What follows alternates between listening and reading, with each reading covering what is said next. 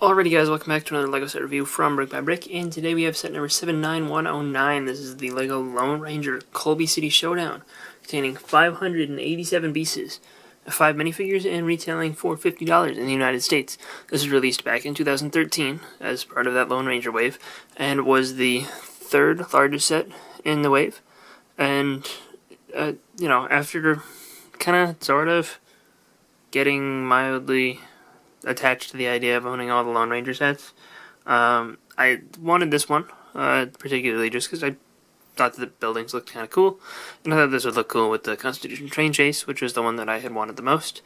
So let's take a look at the set here and see if it lived up to my expectations. In addition to the two buildings, there are these two small little side builds, and they're relatively simple. We have this little cart which has some money inside of it. There's an additional dollar bill inside of the crate here, and a bottle, and on the box it shows the dynamite sitting in here, but the dynamite is also shown in the hands of one of the minifigures. I think in the instructions it's done that way, so you can put it in either place. But this cart can be held by a minifigure. The bars are spaced apart to the point where it works, but you really are only going to want to attach one hand to one of the bars, because otherwise you're sort of stressing the bars a little bit. We could turn your arm, that would be nice. There we go. That sort of works like that. And then you can have a guy pulling it along if you really wanted to, or you can just leave it as it is and just have it in the background. And the other build here is one of these bush pieces, and in dark tan those bushes aren't super common. They were used in a couple of the Lone Ranger sets, and I think they've been used elsewhere sparingly, but it adds a little bit to the background of the scene, so it's cool to have, I guess, but no one's going to go buying this set for that dark tan bush. And here we have the Sheriff's Office build, and Sheriff's Offices are not something that we frequently get in LEGO. There were two back in the 90s in the Western theme, and then there was the Toy Story Woody's Roundup set, which had a little Sheriff's Office in it, and this is probably, as a result, the best looking one. I do really like the Woody's Roundup one personally, but it's not a very realistic-y looking one. It looks very cartoonish and exaggerated. So if you wanted to build a western town and have a sheriff's office in it, and you didn't want to design it yourself, then this is probably the best thing that there is for you. I do like the stickered sheriff sign, the sticker that I got, because I bought this used. So the stickers on this set are not completely perfectly lined up, but they're in good enough shape for me. But I do like how throughout this set they kind of elevate these wooden platforms above the ground. It's just a nice little extra touch. There is a sticker here on the wall that is like a bulletin board and has a wanted poster for Butch Cavendish. And if we turn around to this side, there are windows inside the sheriff's office, which you can close the shutters and hide. And there's a barrel here, which they do use dark brown barrels in a lot of the Lone Ranger sets, which it's just not too common a color for that part. There's also these stickers up here used for the roof, which are on these, or mainly constructed of these 6x8 ramp pieces, which it's kind of a cool part to get and not super common either. Then attached to the side over here of this thing, we have this jail cell, and this jail cell uses two of these printed 1x4 wood board tiles, which those only came in 3 sets. So, it's cool to see them here. You do get 2 of them. And if we turn around to the side, there's a little bit of dynamite, which is a little bit concerning, but we're not going to worry about that yet.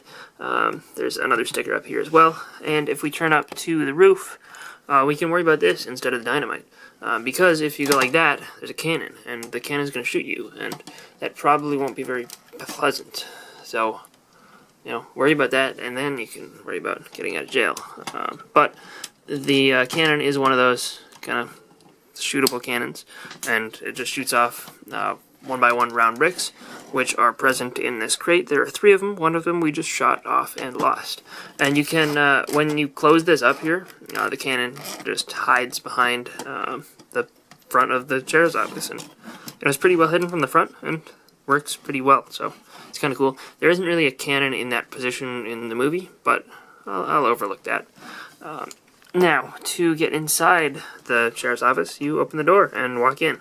And before you turn that around, you can see there's actually a pretty decent level of detail on the inside here. We do have a little chair here at some sort of bench, and this up here is like a gun rack where he has his gun and some handcuffs so that he can arrest the criminals in the Wild West, because that's what they did with handcuffs. You know, this is really just a Western cop set. There's also a little bench over there with a single clear mug, which I guess gotta have your coffee mug in your police station. It's almost like they took the Forest Police Station and just called it Sheriff's Office here. There is a ladder for access to the roof, which I guess you could swing out of the way if you didn't want to get up there. And in the jail cell, you can open up the door to let someone in. There's really not too much detail going on there, but there is this little plunger here, which allows you to push it and break out of jail. By break out of jail, I mean like literally break the whole jail wall off. And that does allow you some better access to the interior, which is just a 2x4 plate to use as a bench or bed. But you know, it's kind of a neat break-off feature. It's not as explodey as I would have liked, probably. You know, especially since they're suggesting that it's TNT. But it is very like when you put it back together, it's very secure and won't fall off, and you know, does look pretty good. And you know, it does get enough force there to look pretty dramatic. So I guess it works pretty well. And then these bar pieces in dark gray aren't super common with the this variety, I guess, or something like that. According to Brick said, it's only in a couple sets, and I could have sworn that was wrong, and it's relatively common, but maybe not. And the bank here, I think, has a little bit more interesting of a color scheme with this dark green here. And it does use a lot of 1x1 bricks in dark green. There's like almost 30 in the set, which, I mean, I guess the whole thing is basically built up of 1x1 bricks and 1x2 bricks, which is interesting.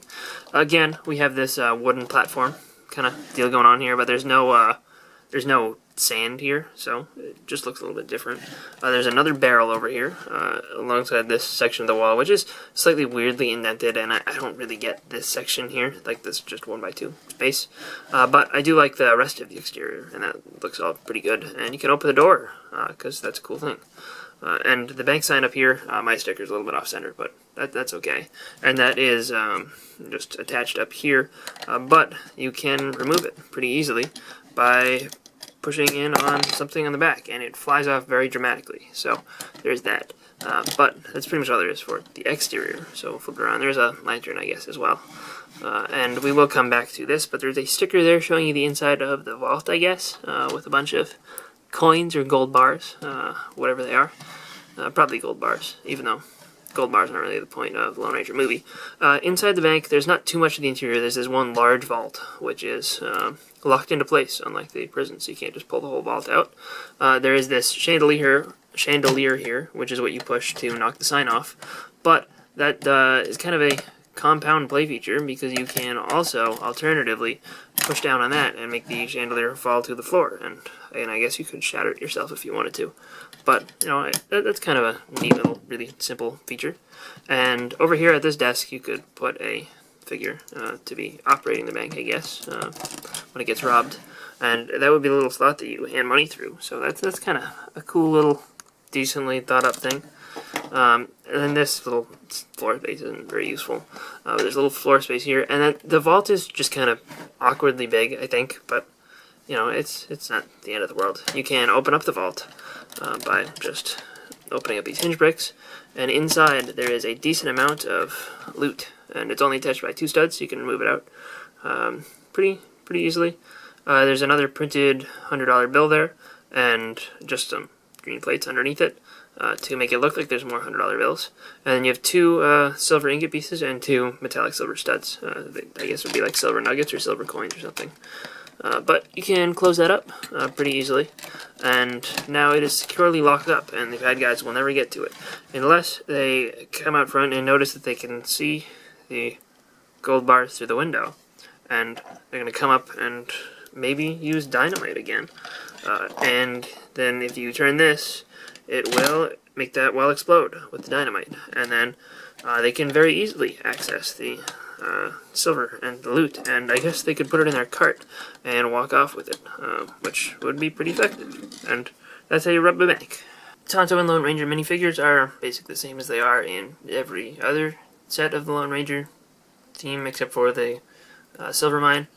Tonto does get his tomahawk, which he gets in all of the sets that don't include his watch, and, you know, the tomahawk is a pretty cool part, and, you know, isn't too common, hasn't appeared outside of the Lone Ranger theme. And this color combination did appear on one Series 10 minifigure, so, you know, it's a decent thing. It does have 2 revolvers for Lone Ranger there, in the torso print and back printing and leg printing for him, pretty good.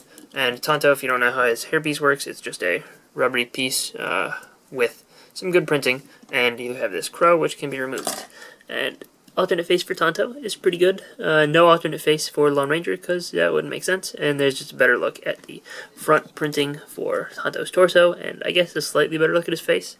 Both these are pretty good figures, but if you have any other Lone Ranger sets, then they aren't going to be super exceptional. But I do think they're both pretty desirable figures, so I'm happy to get an extra of both. And next up we have Ray and Frank, and both of these figures have exclusive torso prints and exclusive face prints, which is pretty cool for relatively unmemorable characters from the movie. They're both just part of Cavendish's gang, and, you know, it's kind of nice that they put a little bit of extra effort into them. Ray does get the Santa sack and a gunmetal gray version of Lone Ranger's pistol, and we get just a rifle and a stick of dynamite for Frank here. And if we move those out of the way, you can see the torso and leg prints just a little bit better, and I really like this torso on Frank here. That's pretty cool with the jacket. Ray's torso is a little bit beat up, but, you know, there's probably some good uses for that. And both of their face prints, I think, are relatively usable. There's no alternate expressions, unfortunately, but, you know, if we remove that, you can see just a little bit better. His face is printed a little bit low down, but still, it's a decent expression. And I guess we have to angle that so you can see it a little bit better. And the black hat used for Frank is only present in this set and one of the other Lone Ranger sets. And the bowler hat in gray is used here and for Rodney Rathbone from Monster Fighters, and that's it. So they both have relatively uncommon headgear pieces as well. Last up here we have Dan Reed, who is the Lone Ranger's brother and the sheriff, who, you know, the sheriff's office sort of belongs to. And the torso and leg print for him are exclusive, as well as his face print. And I really like the overall design of this figure. I just think it's a good looking character. The face print is a bit more clean shaven, or not like clean shaven, but like his mustache is a little bit more well kept than it is in the movie. But I mean, I don't mind that. It's still a good looking face print, and, you know, looks relatively like the character from the movie. He does have an Indiana Jones hat, which appears in a lot of Indiana Jones sets, and also in one or two of the other Lone Ranger sets for other members of the Cavendish gang.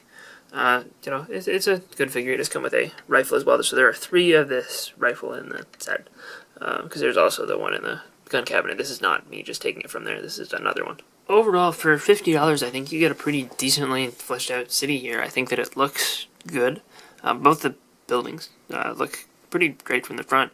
The sheriff's office is a really pretty good interior for its size, and the banks is alright. It's a little bit lacking just compared to the sheriff's office, but, you know, it's not too bad. And you do have that whole vault thing, which you can break out of. And, you know, as far as that goes, there are some really good features on both of these buildings, between that and the prison break, and, you know, it's just overall, I think there's a lot of really good stuff here. I think the figures are good. You do get 3 exclusive ones, which I think is pretty generous. They honestly, for most of the Cavendish gang members, they didn't really need to include as many new torso prints and face prints as they did.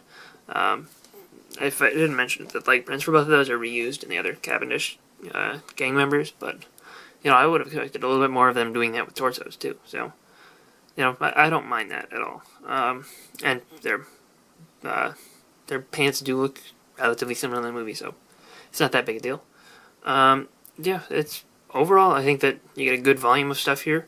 Price to part ratio was good back in the day, and this isn't ridiculously expensive nowadays. If you want it sealed, it can approach and maybe sometimes exceed 100. But you know, if you're patient and look for it, I was able to get this one for like $40, which was a ridiculously good price, seeing this that's under retail.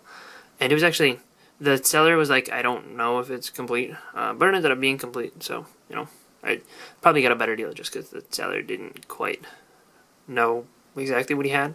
But yeah, I'm pretty happy with the set as a whole, and I'm definitely glad that I went around to pick it up. I think that this is one of the better sets from the Lone Ranger theme. I think it's probably in my top 2 so far, and I don't think that either of the smaller ones are gonna beat it. So you know, definitely would recommend this one if you get the chance to get a good deal on it. And yeah, I hope you guys enjoyed this review. If you did, let me know in the comment section down below, and I'll see you guys all next time. Bye everyone.